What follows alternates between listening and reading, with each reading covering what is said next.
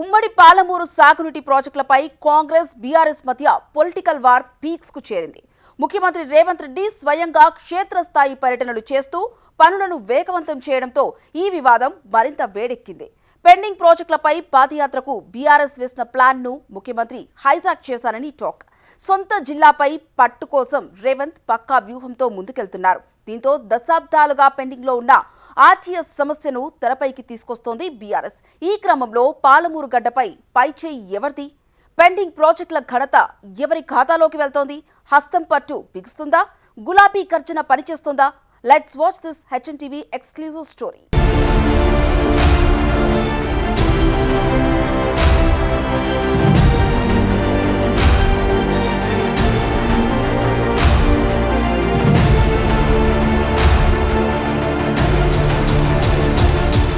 ఉమ్మడి పాలమూరు జిల్లాలో అధికార కాంగ్రెస్ విపక్ష బీఆర్ఎస్ల మధ్య ప్రాజెక్టుల వార్ కొనసాగుతోంది. బీఆర్ఎస్ పార్టీని కనుమరుగు చేసేందుకు సీఎం రేవంత్ రెడ్డి ఉమ్మడి జిల్లాపై ప్రత్యేక దృష్టి సారించినట్టు తెలుస్తోంది.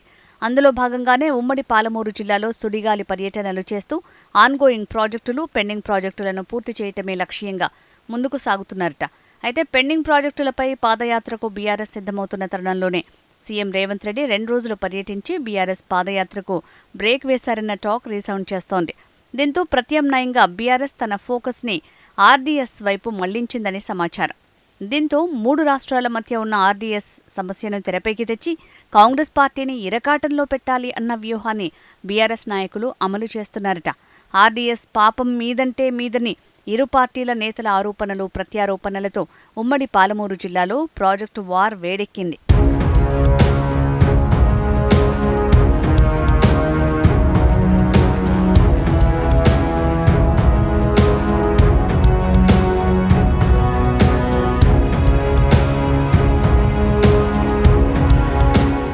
ఉమ్మడి పాలమూరు జిల్లాలో సాధించిన తిరుగులేని రాజకీయ ఆధిపత్యాన్ని ఏమాత్రం సడలకుండా చూసుకునేందుకు ముఖ్యమంత్రి రేవంత్ రెడ్డి సారథ్యంలో అధికార కాంగ్రెస్ పార్టీ ఇప్పటి నుంచే పక్కా వ్యూహంతో ముందుకు సాగుతోంది. వచ్చే అసెంబ్లీ ఎన్నికలకు ఇంకా 2 ఏళ్లకు పైగా సమయం ఉన్నప్పటికీ రేవంత్ రెడ్డి సారథ్యంలో గులాబీ కోటలో హస్తం పార్టీ తమ పట్టు మరింత బిగుసుకుంటోంది. గత ఎన్నికల్లో జిల్లాలోని 14 స్థానాలకు గాను ఏకంగా 12 సీట్లు గెలుచుకున్న హస్తం పార్టీ గద్వాల ఎమ్మెల్యే బండ్ల కృష్ణకుమార్ రెడ్డి చేరికతో ఆ సంఖ్యను 13కు పెంచుకుని తిరుగులేని శక్తిగా మారింది. అయితే ఉమ్మడి పాలమూరు జిల్లా బిడ్డ అయిన రేవంత్ రెడ్డి సొంత జిల్లాపై ప్రత్యేక దృష్టి సారిస్తున్నారన్న చర్చ రాజకీయ విశ్లేషకుల్లో వినిపిస్తోంది. అందులో భాగంగానే ఉమ్మడి జిల్లాలోని పెండింగ్ ప్రాజెక్టుల పనులు పరుగులు పెట్టించే పనిలో నిమగ్నమయ్యారు. గత ప్రభుత్వంలో పెండింగ్ ప్రాజెక్టుల పనులు ఆశించిన స్థాయిలో సాగకపోవడంతో తమ ప్రభుత్వంలోనే ఆ ప్రాజెక్టులను పూర్తి చేసి ప్రజల మెప్పులు పొందాలన్న లక్ష్యంతో అధికార హస్తం పార్టీ ముందుకు సాగుతోంది. ఈ క్రమంలో మంత్రులు, ఎమ్మెల్యేలు సీఎం రేవంత్ రెడ్డి ఎక్కువసార్లు జిల్లాకు ఆహ్వానించి కార్యక్రమాలు నిర్వహించడంలో బిజీగా మారుతున్నారు.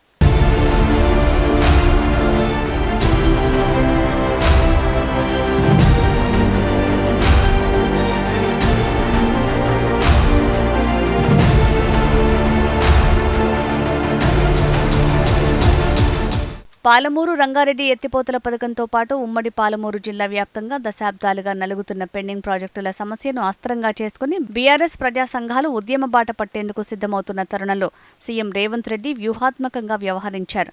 గత నెలలో బీఆర్ఎస్ పార్టీ ప్రాజెక్టులపై పాదయాత్ర చేస్తామని ప్రకటించగానే బీఆర్ఎస్ పాదయాత్రకు చెక్ పెట్టేందుకు వ్యూహాత్మకంగా వ్యవహరించి ఆ పార్టీని దెబ్బకొట్టారు. ఉమ్మడి పాలమూరు జిల్లాలో 2 రోజుల పాటు సుడిగాలి పర్యటనలు చేసి ఆన్గోయింగ్ ప్రాజెక్టులతో పాటు పెండింగ్ ప్రాజెక్టులను సందర్శించారు. క్షేత్రస్థాయిలో వివరాలు సేకరించారు. వచ్చే డిసెంబర్ నాటికి ఉమ్మడి జిల్లాలోని పెండింగ్ ప్రాజెక్టులకు సంబంధించిన పెండింగ్ పనులన్నింటినీ పూర్తి చేయటమే కాకుండా పాలమూరు రంగారెడ్డి ప్రాజెక్టు ద్వారా కనీసం కరివేనా రిజర్వాయర్ వరకు సాగునీరు అందించాలని అధికారులను ఆదేశించారు ముఖ్యమంత్రి. ప్రాజెక్టులపై 2 రోజుల పాటు పర్యటించి ఉమ్మడి పాలమూరు జిల్లాకు పూర్తి స్థాయిలో నీరందించి తీరుతామని ప్రజలకు గట్టి నమ్మకం కలిగించడంలో సీఎం రేవంత్ రెడ్డి సఫలీకృతమయ్యారు. రేవంత్ రెడ్డి ప్రాజెక్టుల సందర్శనలతో అయోమయంలో పడ్డ బీఆర్ఎస్ పార్టీ ఏం చెయ్యాలో పాలుపోక ప్రాజెక్టులపై తాము ప్రకటించిన పాదయాత్రను విరమించుకోవాల్సిన పరిస్థితులు ఏర్పడ్డాయని టాక్.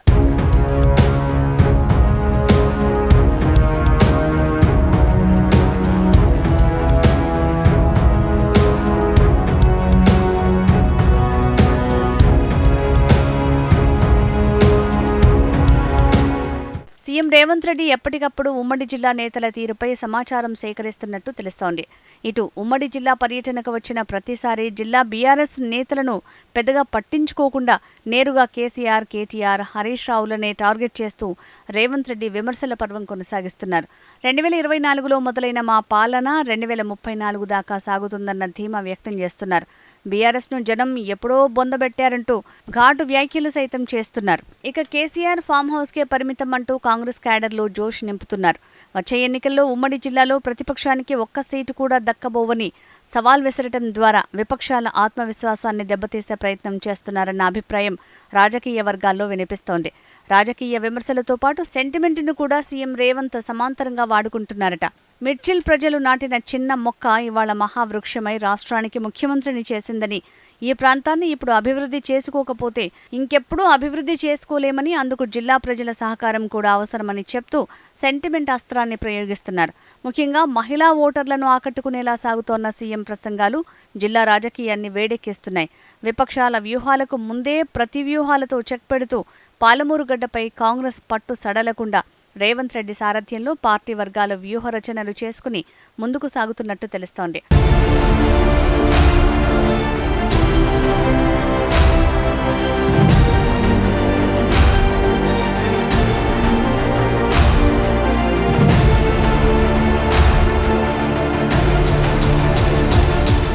పెండింగ్ ప్రాజెక్టులపై పాదయాత్ర చేసి ప్రజల్లో ఉండాలని ఉమ్మడి జిల్లా బీఆర్ఎస్ నేతలు ఆశించినా అందుకు సీఎం పర్యటన చెక్ పెట్టింది.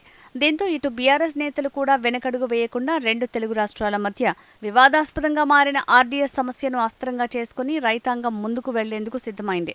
అటు ఆర్డీఎస్ పై కర్ణాటక కడుతున్న అక్రమ ప్రాజెక్టుల్ని కూడా బయటపెడుతూ ప్రజా ఉద్యమానికి ఉమ్మడి జిల్లా బీఆర్ఎస్ నేతలు సిద్ధమవుతున్నారు. దీని ద్వారా కర్ణాటకలో కాంగ్రెస్ ప్రభుత్వమై ఉండటం, ఇటు ఆంధ్రప్రదేశ్లోనూ రేవంత్ రెడ్డి రాజకీయ గురువైన చంద్రబాబు సీఎంగా ఉండటంతో ఈ ఆర్డీఎస్ సమస్య ద్వారా ఏపీ, కర్ణాటక రెండు ప్రభుత్వాలతో తెలంగాణ ముఖ్యమంత్రి ఇరకాటంలో పెట్టే ప్రణాళికతో బీఆర్ఎస్ నేతలు ఆర్డీఎస్ను తెరపైకి తెచ్చినట్టు తెలుస్తోంది. అయితే ఇటు అధికార కాంగ్రెస్ పార్టీ కూడా బీఆర్ఎస్ నేతల ఉద్యమాలను, ఆర్డీఎస్పై చేస్తున్న ఆరోపణలను కొట్టిపారేస్తున్నారు. 10 ఏళ్ల బీఆర్ఎస్ పాలనలో ఆర్డీఎస్ ఎందుకు గుర్తుకు రాలేదని, ఎందుకు ఇన్నాళ్లు ఆర్డీఎస్ సమస్యను పరిష్కరించలేదని ఉమ్మడి జిల్లా కాంగ్రెస్ నాయకులు ప్రశ్నిస్తున్నారు.